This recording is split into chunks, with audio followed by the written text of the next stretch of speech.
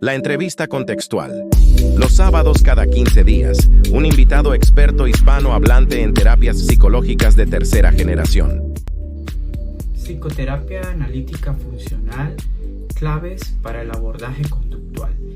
Ese es nuestro tema del día de hoy en la entrevista contextual, el programa que trae a expertos en terapias psicológicas de tercera generación y que nos invita a conocer cómo estos abordajes están revolucionando la psicología clínica y sobre todo la psicología basada en la evidencia, que es lo que nosotros promovemos en nuestro programa La Entrevista Contextual. Cada 15 días tenemos a un experto que nos habla de un tema totalmente distinto sobre las terapias contextuales. Nos pueden visitar en nuestro canal de YouTube y también pueden revisar estas entrevistas que ya hemos venido realizando desde el año 2023. Entonces, como les decía, el tema de hoy es psicoterapia analítica funcional, claves para el abordaje conductual. Nos estará acompañando José Fernando Oñate, un experto de Ecuador, quien nos llevará a conocer un poco sobre la psicoterapia analítica funcional y la importancia que tiene en el abordaje conductual como tal. Recordarles a ustedes que también nos pueden visitar en nuestra página web, en las formaciones que tenemos en este momento ofertando. Tenemos una formación de terapia de aceptación y compromiso para el abordaje de las adicciones. Entonces es muy importante que ustedes estén allí conectados con nosotros y que conozcan de estas formaciones y de todas las entrevistas. Esta es una formación de 12 horas en línea que se realizará el día 22 y 23 de agosto.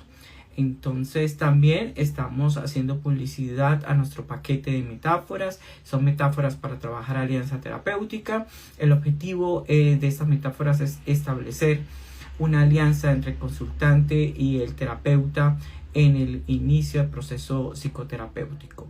Entonces, como les decía, el día de hoy nuestro tema es psicoterapia analítica funcional, claves para el abordaje conductual, y estoy invitando hoy, que es José Fernando Oñate, estará con nosotros desde Ecuador. Creo que ya está. Muy buenos días. Hola, hola, ¿sí me escucha? Perfecto, sí.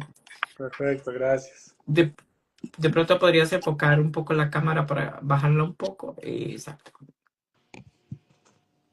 ¿Ahí? Listo, creo que ahí estamos mejor. Perfecto. Profesor José Fernando, bienvenido. Muchas gracias por aceptar la invitación de estar con nosotros. Gracias a ustedes por la invitación, la confianza y la valoración, en realidad. Agradezco mucho. Bueno, vamos a presentarle al público quién es José Fernando Oñate. Él es un psicólogo ecuatoriano, es licenciado en psicología con una sólida formación académica y experiencia profesional. Ha cursado el máster en terapia psicológica de tercera generación y un máster en psicología clínica con mención en psicoterapia.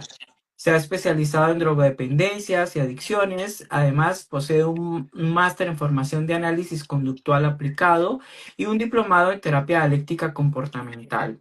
Dentro de su trayectoria profesional, se ha desempeñado como psicólogo y psicoterapeuta en el Centro de Rehabilitación y Estabilidad Emocional, CRE, y en el Centro de Bienestar Universitario de una universidad en Ecuador, así como en centros de recuperación para personas con consumo problemático de sustancias psicoactivas. Dentro de esas instituciones ha desempeñado un rol que ha abarcado desde la atención clínica hasta la supervisión y la formación de nuevos profesionales. Ha sido capacitador, ponente y docente en programas de pregrado y posgrado en diversas universidades e instituciones educativas, tanto a nivel nacional en el Ecuador como a nivel internacional. También su compromiso va con la educación y la transmisión de conocimientos que se reflejan en la participación de congresos y seminarios, donde ha compartido sus conocimientos y experiencias en el campo de la psicología. También ha participado como autor y coautor y ha contribuido en la contribución científica de varios artículos publicados en revistas indexadas, abordando temas relacionados con áreas de especialización de José Fernando. Dentro del enfoque siempre ha sido integrar la investigación y la práctica clínica para mejorar la comprensión y el tratamiento de diversas problemáticas psicológicas.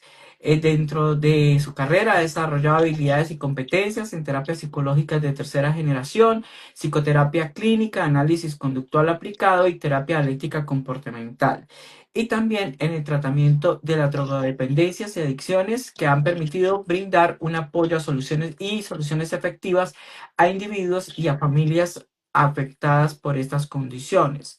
La red de habla hispana de psicólogos contextuales le da la bienvenida a José Fernando. Muchas gracias por estar aquí con nosotros y vamos a hablar de psicoterapia analítica funcional, claves para el abordaje conductual. Bienvenido, José Fernando. Listo, Abdón, muchísimas gracias nuevamente por la invitación. Y sí, claro, vamos a hablar acerca de psicoterapia analítica funcional, acerca de esta psicoterapia contextual de tercera generación que es bastante nueva en realidad, sin embargo tiene un sólido respaldo científico.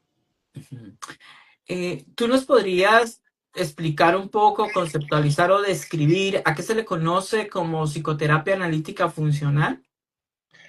Sí, la psicoterapia analítica funcional, bueno, es una intervención terapéutica basada en evidencia, tiene como objetivo la relación paciente-terapeuta, se basa en el análisis funcional de la conducta, es una intervención clínica conductual contextual que tiene diferentes bases epistemológicas, utiliza como fundamento principal lo que es la relación terapéutica entre justamente el paciente y el terapeuta, cómo fortalecer ese vínculo y a través de ese vínculo pues generar la modificación de la conducta, los cambios en consulta y que se puedan generalizar obviamente a la vida cotidiana del paciente.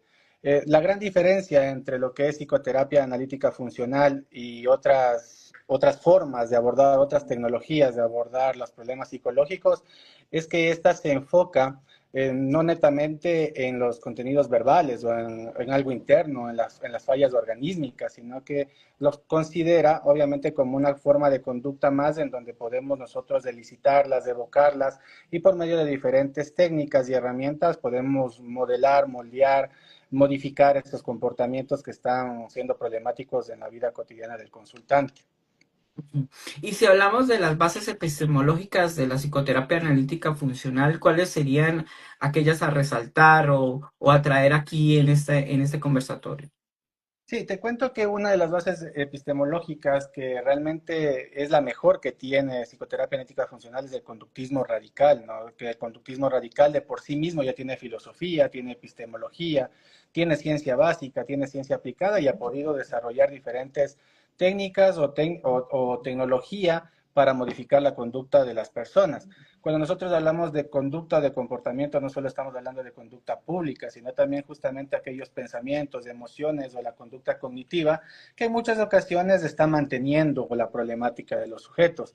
Entonces, el conductismo radical, que obviamente ve el comportamiento como un todo, como al ser humano como alguien monista, no desde el dualismo cartesiano, pues es una de las bases epistemológicas que tiene la psicoterapia analítica funcional. Después de esto, como dice tal cual, el funcionalismo, el pragmatismo, el contextualismo, son bases epistemológicas que juegan un papel muy importante, ¿no? El funcionalismo, por ejemplo, es determinar qué funciones cumple la conducta en el ambiente, por qué se da esa conducta y por qué se está manteniendo esa conducta. Entonces, cuando nosotros determinamos aquellas variables que están ocasionando la conducta y que están manteniendo la conducta, nuestras intervenciones van a ser mucho más eficaces porque no solo nos vamos a concentrar en el organismo de por sí, sino también nos vamos a concentrar en aquellas variables que están ocasionando y manteniendo aquellos comportamientos problemáticos.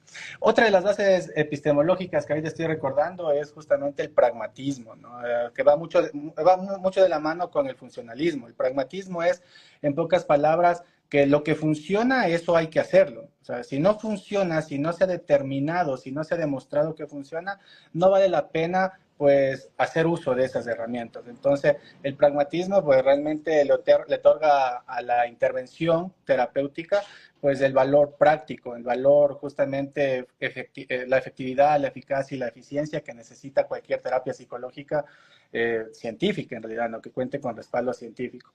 Y por ahí también el hecho de la parsimonia, pues también es otra base epistemológica en donde explica los comportamientos de una manera no simplista, pero sí simple. O sea, no con tanto tecnicismo, pero sí de una manera clara, de una forma que pueda entender el propio consultante y que a mediano y largo plazo el consultante va a poder ser consciente de aquellos comportamientos, por qué se dan y por qué se mantienen en base justamente a las explicaciones que la va a dar. Aquí, bueno, adelantándome un poco tal vez a las preguntas que me puedes estar haciendo, nosotros tenemos ciertos tipos de conducta o a su vez de conductas clínicamente relevantes. Dentro del tipo 3 de las conductas clínicas relevantes es justamente que el consultante logre aprender y poner en práctica los diferentes análisis funcionales de la conducta en su vida cotidiana, para así también pues ser una especie de coterapeuta para él mismo. Entonces, otra de las bases epistemológicas, lo que te puedo mencionar por el momento que me acuerdo. Ok. Pero entonces, Fernando, si alguien nos preguntara cuál es la diferencia entre el conductismo y la psicoterapia analítica funcional, que si bien es cierto, toma el conductismo radical, podríamos hablar de que en la psicoterapia analítico funcional sí se tienen en cuenta esos eventos privados, a diferencia que en el conductismo, o nos podrías ampliar un poco más esta información. Sumamente interesante, ¿no? Hay una creencia errónea acerca del conductismo. Bueno, para poder explicarte un poco más, tenemos que definir cuál es el objeto de estudio de la psicología. Entonces, el objeto de estudio de la psicología es el comportamiento animal humano. Entonces, el conductismo justamente pues se encarga de observar, de analizar, determinar, diagnosticar, predecir, modificar justamente el comportamiento humano. Eso forma parte de la psicoterapia analítica funcional. Sin embargo, la psicoterapia analítica funcional también tiene lo que es el contextualismo, en donde no solo se concentra en el objeto de estudio de la psicología, sino que también toma las variables contextuales, sociopolíticas, económicas, familiares, etc., etc., para poder justamente determinar qué es lo que está ocasionando y cuáles son las formas en que se están manteniendo aquellas conductas problemáticas o clínicamente relevantes. Bueno, la psicoterapia analítica funcional, ¿dónde se ha encontrado más efectiva? ¿En qué tipo de problemáticas que presentan los usuarios? ¿Aplica para todo, no aplica para todo? Pero en realidad, ¿dónde ves tú que ha sido más eficaz, más certera, por decirlo un poco allí? Sí, bueno, primero mencionar que lastimosamente en psicología y en psicoterapia pues no existe la panacea, ¿no? Nada, ninguna terapia en el mundo se puede aplicar para todo ni funciona para todo. Es de igual forma como cualquier tipo de ciencia, se habla en términos estadísticos, van a tener 90, 95, 99% de efectividad, de eficacia y de eficiencia. Entonces sí hay pues algunas problemáticas que se pueden tratar desde la FAP. Sin embargo, no todo. ¿Cuáles son esas problemáticas en donde se han venido demostrando respaldos científicos o evidencia de su funcionalidad? Pues en la mayoría de los problemas interpersonales, ¿no? Donde las personas tienen problemas de comunicación, problemas de relaciones sociales, problemas de habilidades sociales, problemas de pareja. Dentro de todos estos problemas, nosotros podríamos utilizar etiquetas biomédicas como, por ejemplo, trauma, depresión, ansiedad, consumo. Sin embargo, pues hay que tener muy en cuenta que como las bases epistemológicas de FAB son justamente el conductismo radical, el contextualismo y el funcionalismo, pues no se apega mucho, no se apega como debería, entre comillas, apegarse al modelo biomédico. Sí, más pues, las conductas se clasifican como clínicamente relevantes en lugar de ponerle una etiqueta para poder ser tratadas, ¿no? Otra de las grandes ventajas o donde se ha podido demostrar en este caso el respaldo científico de lo que es la FAB, es en fortalecer la flexibilidad psicológica, que el otro modelo que tenemos también dentro de las terapias de tercera generación o contextuales, que es la terapia de aceptación y compromiso, pues justamente se encarga de flexibilizar psicológicamente a los consultantes. Y FAB pues ha logrado también determinar que es una terapia o una tecnología que ayuda rotundamente a generar la flexibilidad psicológica. Dentro de la flexibilidad psicológica pues existen, bueno, perdón, dentro de la inflexibilidad psicológica existen un buen número de problemáticas psicopatológicas, ¿no? Igual, trastorno de ansiedad generalizada, trastorno de ansiedad social, problemas de consumo, por ahí bipolaridad 2, algunos trastornos obsesivos compulsivos. Entonces, se podría mencionar, y arriesgándome un poco, perdón para la audiencia, se podría mencionar que FAP puede ser un tratamiento transdiagnóstico, ¿no? Que puede ocuparse en varias problemáticas, pero no funciona en todas. Hay que tener muy en cuenta eso. Exactamente. Bueno, y se habla de la despatologización, ¿no? Correcto, y de la desmedicalización también. Exacto. Bueno, pero ¿podrías describirnos un poco cuál es el foco de atención de FAP cuando se trabaja a partir de allí? Como que en qué se centra, así, pues esta es una entrevista que es muy corta, que sé que es un tema muy amplio, pero a nivel general, ¿cómo podrías movilizarnos allí para llevarnos a investigar un poco más acerca de este foco de atención?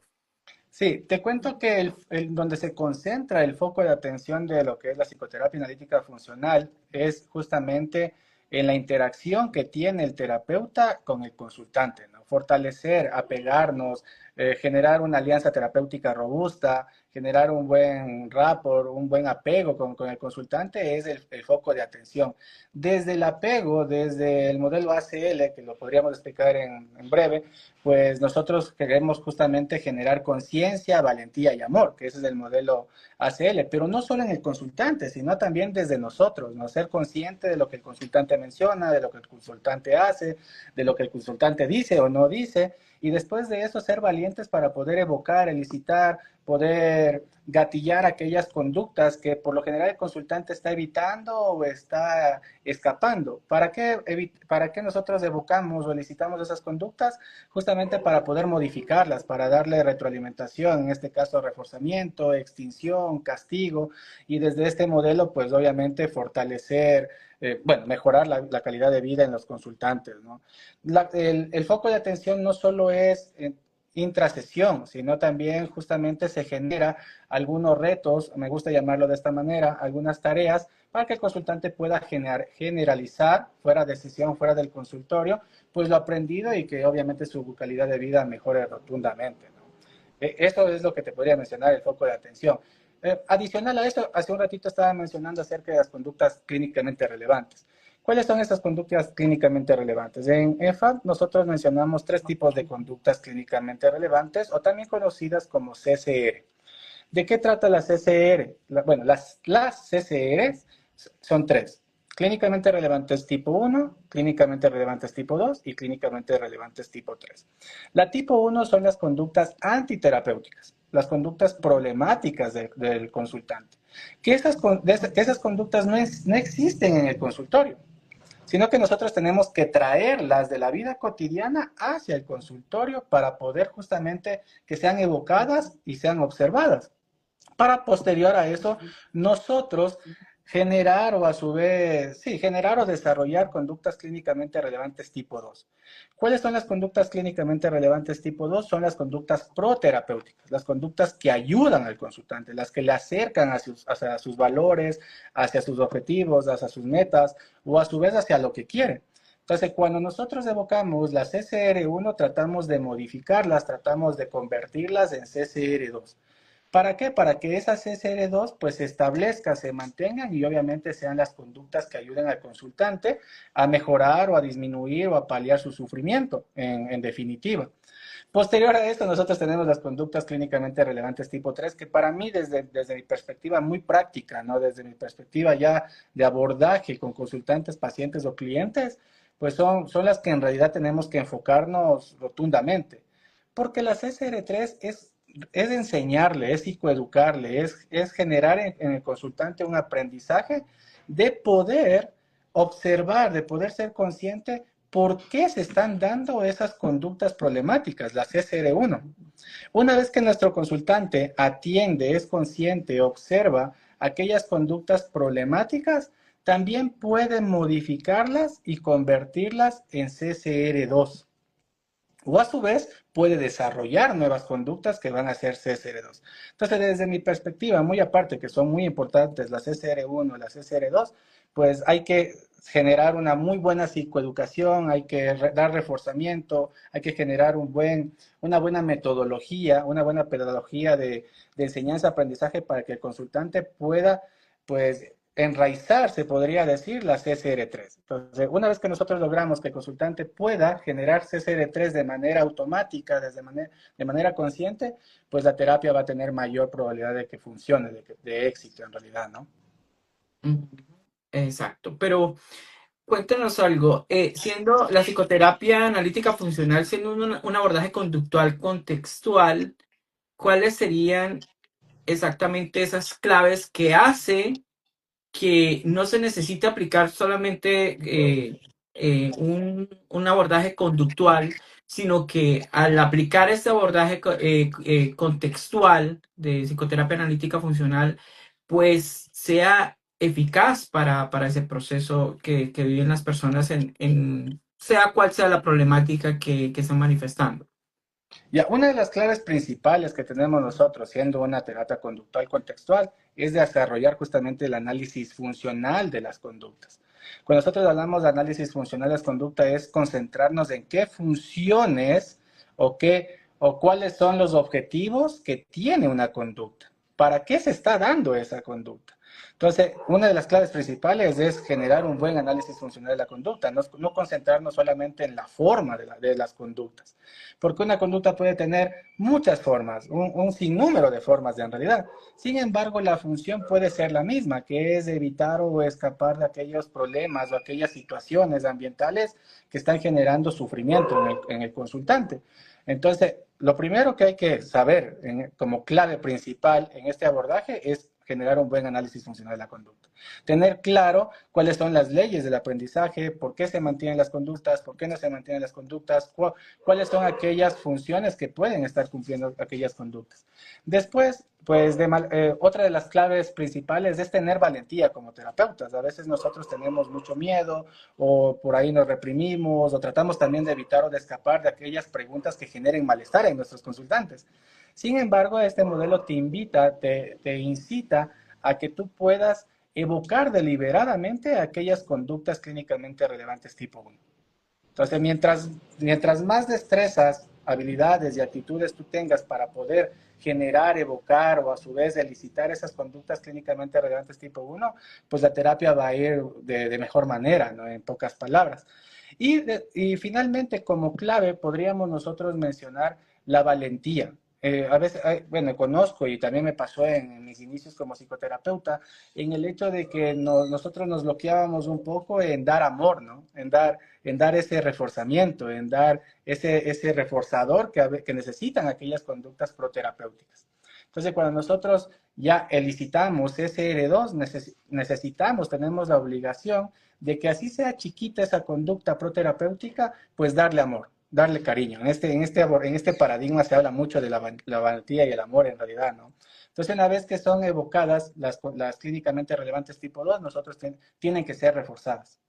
¿Cómo vamos a reforzar? Pues con mucho ímpetu, con mucha naturalidad, con mucha transparencia, con mucha autenticidad, que habla este modelo también, en donde nosotros vamos a decir, genial, estás haciendo bien, estás avanzando, me parece perfecto, qué estupendo, etc., etc., ¿no? Son diferentes formas, de nuevo, pero que están cumpliendo una sola función, que es dar reforzamiento positivo, en este caso de tipo social, a aquellas conductas clínicamente relevantes tipo 2, ¿no?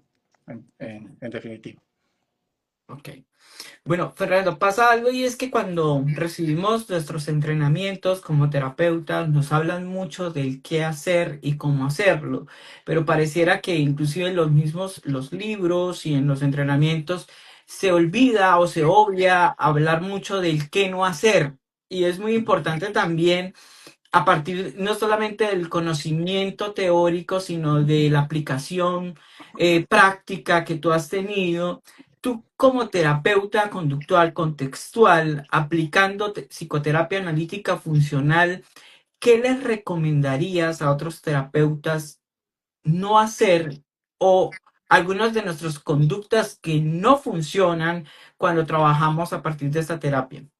Sabes que tiene mucho que ver con la anterior pregunta o con la respuesta que te estaba dando hace un ratito, ¿no? ¿Qué no deberías hacer? Es mantenerte distante en primera instancia, ¿no?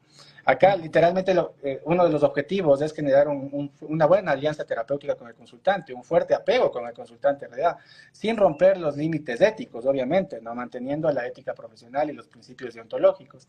Pero en el momento que los terapeutas se mantienen rígidos o a su vez emocionalmente neutros, pues no van a lograr los objetivos que consideraron con el consultante que iban a lograr, ¿no?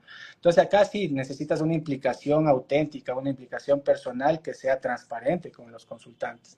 Por ahí, ¿qué más no puedes hacer? Y es algo que hasta ahora en ocasiones me pasa y nos pasa mucho, es el hecho de utilizar reforzadores muy artificiales, ¿no? El famoso entiendo o el asentamiento con la cabeza, que solemos hacerlo de manera automática o mecánica. Entonces, el consultante sí se da cuenta cuando nosotros estamos actuando en base al libro, en base al texto. Ah, sí, el texto te dijo que tienes que decir sí te entiendo y tú estás diciendo sí te entiendo. Cuando no funciona así, nosotros en realidad pues deberíamos utilizar halagos muy naturales, halagos que son parte de nosotros, halagos que son parte de la vida cotidiana y no solo el famoso sí te entiendo o está bien, sino lo estás haciendo estupendo. Bueno, al menos yo lo hago de esa manera, ¿no? Muy, muy transparente. Lo estás haciendo estupendo, estamos avanzando, me parece genial. Valoro mucho el intento que hiciste la semana anterior por salir al menos un ratito a la calle. Entonces, utilizar halagos mucho más naturales, en realidad, ¿no? No mecánicos ni artificiales.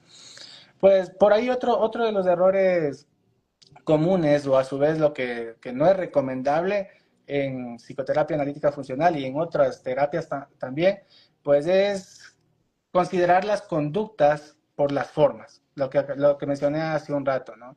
Sí, las formas pueden ser muy perjudiciales, las formas pueden ser muy autodestructivas, muy dañinas para nuestros consultantes o para terceros también. Sin embargo, esas formas son formas de evitación o de escape que ayudan a regularse en nuestros consultantes.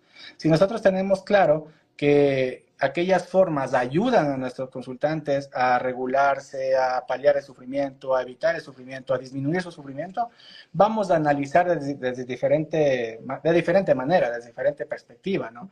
En donde vamos a determinar cuál es la función de esas formas. Entonces, cuando nosotros escuchamos a nuestros consultantes que, sí, pues yo tuve un problema con mi pareja, discutí muy fuerte y me fui a trotar 10 kilómetros.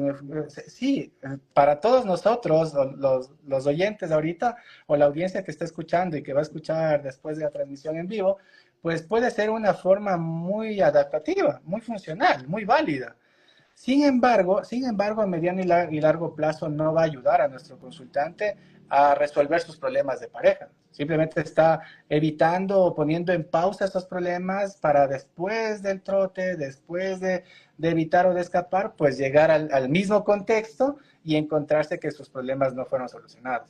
Entonces, en este caso puede ser una conducta en forma muy adaptativa, muy proterapéutica, pero en función para su problemática no está cumpliendo la función que debería cumplir en realidad, ¿no? Entonces, por ahí, lo que no se recomienda hacer para el terapeuta en FAB es justamente observar las conductas en base solo a sus formas, sino determinar las funciones que están pues, cumpliendo aquellos comportamientos. Claro, y quedarse solamente con el resultado que surgió del momento, porque puede ser que en el momento él pudo resolver eso que estaba sucediendo evitando, ¿sí? Inclusive podríamos decir, claro, y es que como el ejercicio es beneficioso, entonces hubo una regulación a partir de lo físico, ¿cierto? Pero Claro. entonces, ¿qué está sucediendo a largo plazo con esa conducta evitativa, ¿sí? Porque lo que hace que al final es que se mantengan esas otras conductas y no permite llegar a una resolución del problema. Un poco es esto lo que yo entiendo. Sí, correctísimo, pero en este caso no queremos disminuir tampoco el trote, ¿no? Ahí tenemos que tener No, habilidades clínicas para nosotros ocasionar que el trote se mantenga, pero no claro, bajo ese determinismo del problema, sino claro, bajo otras circunstancias, ¿no? No esperar a pelear con mi pareja para poder salir a tratar, sino salir a tratar con problemas o sin problemas, que sí, sería lo indicado. pero incorpora habilidades para poder a resolver esos problemas, ¿sí? Por supuesto que sí. Ahí nosotros no vamos a disminuir este comportamiento del trote o de salir un rato a la calle, sino vamos a aumentar un comportamiento que puede estar existiendo en nuestro consultante o a su vez dar un comportamiento que no tiene, ¿no? Una nueva habilidad para poder regularse y que cumpla la misma función. Sí, porque por falta de conocimiento y de experiencia del terapeuta, el terapeuta le podría decir al consultante, mira, tú lo que estás haciendo con el trote, lo que estás haciendo es evitar. Entonces, a cambio de salir a trotar, habla con tu pareja, ¿sí?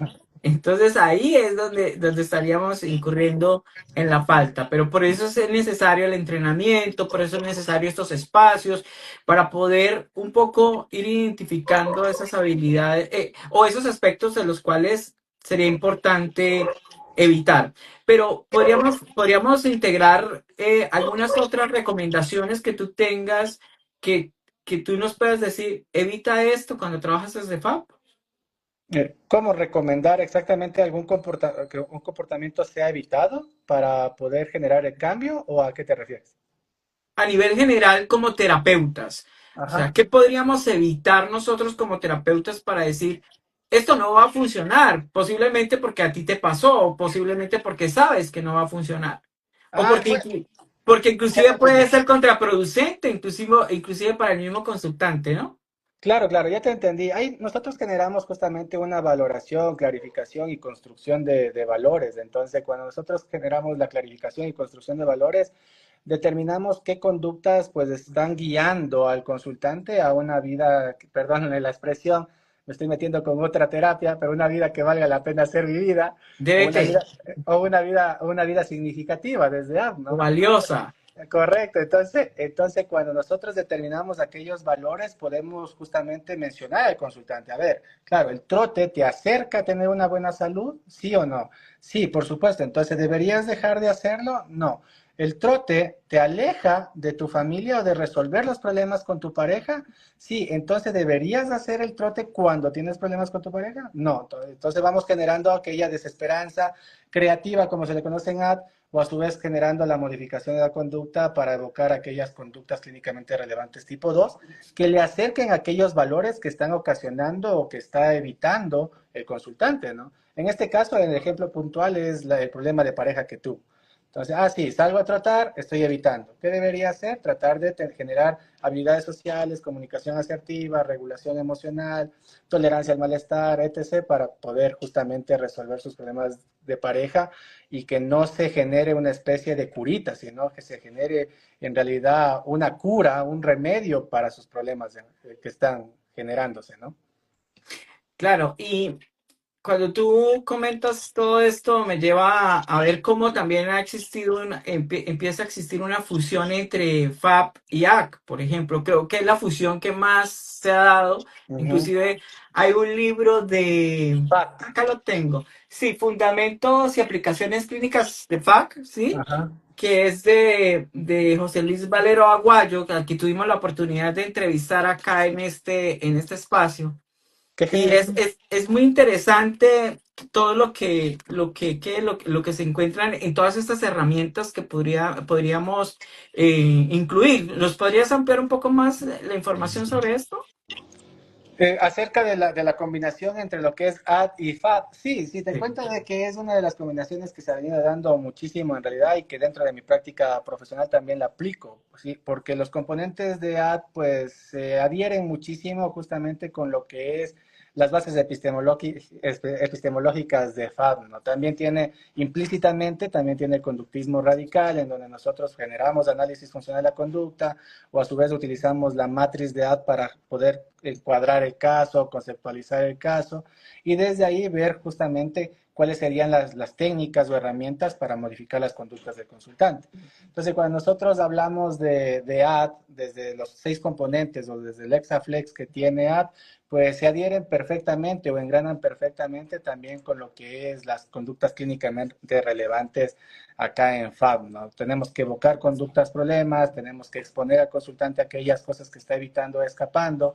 También existe el trastorno de evitación experiencial desde el modelo de AD, en donde FAD también se concentra en disminuir eso, ¿no? A su vez en desarrollar o también en generar lo que es la flexibilidad psicológica. Otra de las cosas que engranan perfectamente es la atención plena. Tanto en AD como en FAB nosotros utilizamos mucho, en realidad, lo que es la atención plena como una habilidad del psicólogo y una habilidad en desarrollar también en el paciente, ¿no? Tanto en terapeuta como en el consultante. Entonces, son pequeñas cosas que van engranando, pero que una vez que se engranan, pues aumentan, en este caso, las probabilidades del éxito de terapia para poder generar lo tan ansiado que en este caso sería que el consultante tenga una vida significativa. Claro. Fernando, me hiciste recordar algo cuando tú nombras el trastorno de habitación experiencial, ¿no? Resulta que por allá en el año 2016, cuando hice mi tesis de maestría, que la hice a partir de AC, pues tuve la oportunidad en varias veces de hablar directamente con Steve Hayes, el creador de la terapia.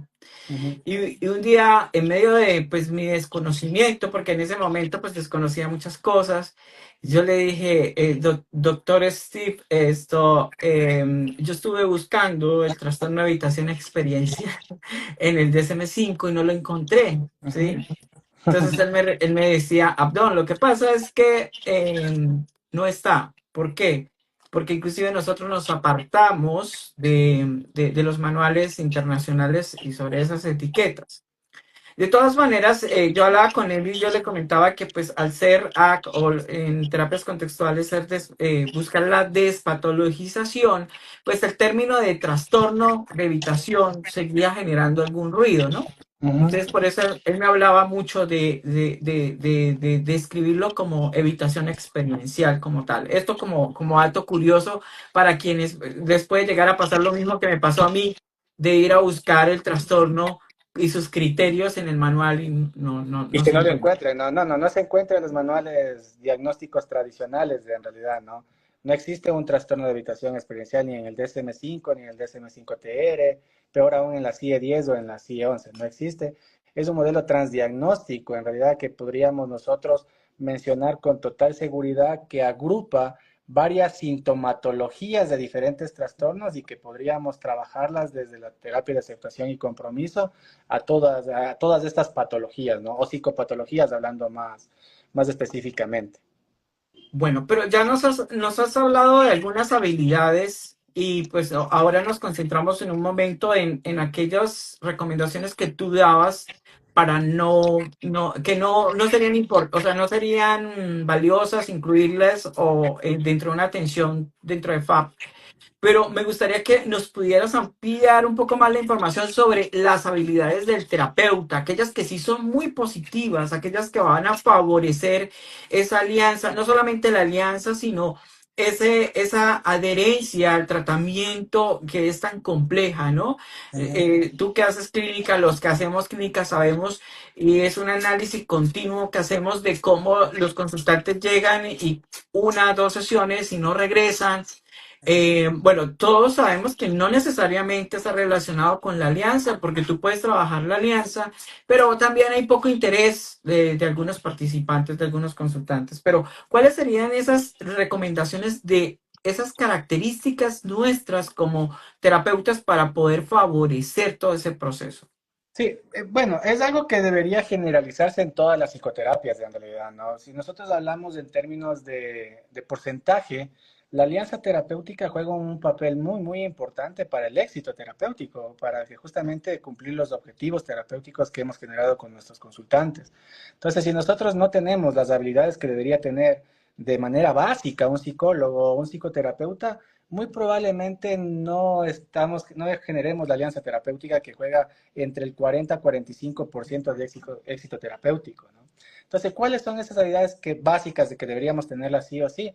La escucha activa, que se ha hablado muchísimo de esto, la atención plena en observación, en escucha, es una habilidad que deberíamos nosotros desarrollarla y fortalecerla día a día, no solo en el ámbito terapéutico, sino con nuestra pareja, con nuestros amigos, nuestros conocidos, en reuniones, en diferentes ámbitos también, ir generando y desarrollando esta habilidad. En muchas ocasiones nosotros, y perdón el ejemplo, pues podríamos estar ahorita escuchando esta entrevista, sin embargo también estamos trabajando en algo más, o estamos comiendo, o estamos en el celular viendo algún chat o algún mensaje. Eso nos bloquea como habilidad o nos bloquea como desarrollador de la habilidad en atención plena. Entonces, sí, una de las recomendaciones que yo doy muchísimo a mis estudiantes y al público en general, en realidad, es que aprendamos a prestar atención plena a lo que estamos haciendo. O sea, que sí nos concentremos, que pongamos de nuestra parte, que nos disciplinemos y que disfrutemos o que suframos de ese momento. Porque hay que aprender también a sufrir, a prestarle atención al sufrimiento, ¿no? No solo es de darle atención a la alegría o a la felicidad. Entonces, atención plena va de cajón. Al menos en las terapias de tercera generación y o contextuales, la atención plena es una habilidad que deberíamos nosotros como psicoterapeutas desarrollarla, sí o sí, ¿no? Entrenarse en otras habilidades también es muy importante. La empatía que tanto se habla dentro del pregrado, en algunos posgrados. Sin embargo, la empatía, sí, se habla muchísimo, pero no se la desarrolla ni peor aún se pone en práctica, ¿no? Empatía es ponerse en los zapatos, ponerse en el lugar, en las sensaciones, emociones, sentimientos que posiblemente esté experimentando nuestro consultante o aquellas personas que están alrededor nuestro. Y hay una habilidad que a mí me encanta mucho, que tal vez es la habilidad que nos hace falta como humanidad, no solo como psicoterapeutas, que es la compasión. En la compasión, haciendo un pequeño ejemplo, es como subir el siguiente escalón de una escalera después de la empatía. O sea, empatía es una habilidad básica que podríamos generarla, podríamos tener todos. Ah, sí, está sufriendo, qué mal, qué pena, ojalá se recupere, ojalá deje de sufrir, ojalá la pase mejor. Eso es empatía y está bien, está perfecto. Si tenemos eso como humanidad, creo que ya estamos logrando mucho. Sin embargo, la compasión es algo que nos hace falta muchísimo a nosotros como humanidad y más aún como psicoterapeutas o como profesionales del área de la salud, también muchos de nosotros, ¿no? ¿La compasión qué es? Es no solo quedarte en el pobrecito, qué pena, ojalá se mejore, sino es hacer algo para que se mejore, hacer algo para que en realidad disminuya su sufrimiento, hacer algo para paliar su sufrimiento, hacer algo para mejorar su calidad de vida. Voy a poner un ejemplo para que se entienda un poco más entre empatía y compasión. Yo estoy conduciendo, voy por la carretera y veo por ahí una persona adulta mayor y digo, oh, pobrecita, va a cruzar la calle. Y sigo. Está bien, tuve empatía, no está mal, está perfecto ahí. Pero tener compasión, como les digo, es ir un poco más allá. Poner las luces de parqueo, estacionar tu vehículo y ayudarle a cruzar la calle a la adulta mayor. Y eso es lo que tenemos que generar nosotros como psicoterapeutas analíticos funcionales o también desde FAD o desde las terapias de tercera generación y como humanidad aún más, ¿no? Ser más compasivos con la gente. Insisto, las conductas no se dan por la nada. Las conductas pasan por algo y se mantienen por algo. No hay conductas malas en realidad. Hay conductas funcionales que deberían ser modificadas o a su vez que el ambiente debería ser modificado para que se den nuevas conductas. Entonces, por ahí la empatía, compasión, escucha activa, atención plena, son habilidades que nosotros deberíamos tener. La autenticidad, también conozco, muy pocos en realidad, pero conozco psicoterapeutas que se suelen convertir entre sesiones. O sea, sí, ahorita viene mi consultante que es ingeniero, entonces, oye, tengo que ponerme la corbata, tengo que poner más serio. No, o sea, sea auténtico. Yo ahorita estoy con una camiseta deportiva en realidad, ¿no? Porque así soy yo, o sea, no es necesario convertirte en otra persona para poder ayudar a la otra persona a difundir el conocimiento, difuminar el conocimiento, sino ser lo más auténtico posible, ¿no? Ah, que ya viene mi consultante adolescente, entonces ahora voy a hablar chabacano, voy a hablar más fluido, más banal, más jovial sería la palabra específica. Si no eres así, te garantizo, estoy muy seguro que tu consultante que vas a tener al frente se va a dar cuenta y va a estar pensando y va a decir qué hipócrita que está actuando el terapeuta. Entonces, si no eres así, no actúes así, trata de ser auténtico, que es otra de las habilidades que nosotros deberíamos generar, ¿no? Hay personas que suelen dar amor de una forma específica y en consulta se convierten en otros y tratan de dar amor de otra forma. Literalmente quedamos muy mal con los consultantes cuando no no actuamos de manera real, ¿no? No actuamos de manera transparente. Entonces, acá también, como tenemos valentía, coraje y amor, tenemos que tener justamente, bueno, me equivoqué, conciencia, valentía y amor. Tenemos que tener esas tres habilidades para poder justamente aumentar el éxito terapéutico en lo que es esta terapia muy, muy bonita. Ujú. Bueno, hablemos un poco de la evidencia científica en el abordaje clínico a partir de FAP. Ujú. Lo que te puedo mencionar acerca de la evidencia científica de FAB es que FAB está en constante desarrollo. FAB está en crecimiento. FAB tiene mucha evidencia científica en realidad. Sin embargo, aún está, como menciono, está en desarrollo. Hay que consolidar aún más, hay que generar revisiones sistemáticas de metaanálisis, hay que generar ensayos, mayor cantidad de ensayos clínicos aleatorizados o ECAs, como se conocen, pero cuenta con respaldos científicos. Es una terapia que tú puedes utilizarla porque cumple con los lineamientos de la ciencia, porque tiene buenas bases epistemológicas, porque se adhiere justamente al método científico. Está reconocida la psicoterapia analítica funcional por algunas asociaciones, así como es la APA. Entonces, sí, claro, cuenta con respaldo científico para diferentes problemáticas como depresión, algunos trastornos de personalidad, estrés postraumático que se está utilizando ahora aún más. Eh, el respaldo científico lo hay, pero hay que ser sinceros, está en desarrollo y esperemos que en 3, 5 años pues pueda consolidarse con un respaldo científico robusto, que es lo que nosotros esperamos como psicoterapeutas. Ahorita está teniendo respaldo científico moderado, es una terapia que sí la puedes utilizar. Hay muchas otras terapias también que son basadas en evidencia científica que están en moderado aún y que están en crecimiento. Entonces, insisto, cumple con los criterios, cumple con la ética, puede ser utilizada, no fallas en utilizar FAD, pero habría que generar mayor respaldo científico, ¿no? Evidencia científica para que se consolide rotundamente. Ahora, si nosotros hablamos de FAB y AD o FAB y DBT, pues ahí aumenta también justamente la evidencia científica que tiene, ¿no? Porque una vez que se adhiere a otros modelos, pues obviamente se vuelve más robusto, más determinante. Uno de los problemas del respaldo científico, antes de cerrar la respuesta a esta pregunta, es el hecho de que no se adhiere completamente a los modelos tradicionales diagnósticos. Entonces, como no se adhiere a los modelos tradicionales diagnósticos como se debería adherir, entre comillas, pues le cuesta aún más demostrar su efectividad, su eficacia y su eficiencia. Cuando yo digo que no se adhiere a los modelos tradicionales diagnósticos, es que no se adhiere al modelo biomédico, al poner la etiqueta al consultante, ¿no? FAB no necesita decir al consultante, mira, tú tienes trastorno de ansiedad generalizada para poder trabajarlo. No necesita eso.